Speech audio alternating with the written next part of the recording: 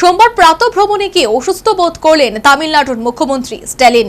এরপরে তাকে হাসপাতালে ভর্তি করা হয়েছে। অসুস্থ তামিলনাড়ুর মুখ্যমন্ত্রী এম.কে. স্ট্যালিন, তড়িঘড়ি তাকে ভর্তি করানো হলো চেন্নাইয়ের হাসপাতালে। তবে হাসপাতাল সূত্রের খবর, স্ট্যালিনের স্বাস্থ্য নিয়ে উদ্বেগের বিশেষ কারণ নেই, তিনি বিপন্মুক্ত।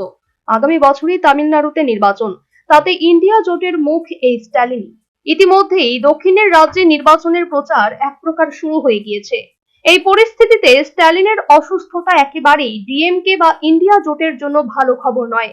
আগামী দিনে গোটা রাজ্যে নির্বাচনের প্রচার করতে হবে তাকে।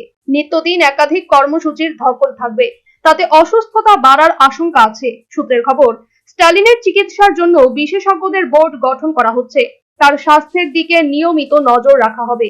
কিছুদিন তাকে বিশ্রামের পরামর্শ দেওয়া হতে পারে। প্রশাসন সূত্রে খবর, নিত্যদিনের রুটিন মেনেই সোমবার প্রাতঃভ্রমণে গিয়েছিলেন স্ট্যালিন। আচমকা অস্বস্তি বোধ করা শুরু করেন তিনি। তড়িঘড়ি তাকে চেন্নাইয়ের গ্রিমস রোডের অ্যাপোলো হাসপাতালে নিয়ে যাওয়া হয়। তার শারীরিক পরীক্ষা নিরীক্ষা করা হয়।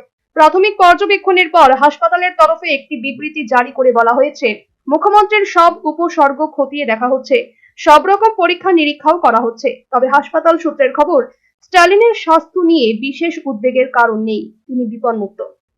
National bureau report, news vanguard.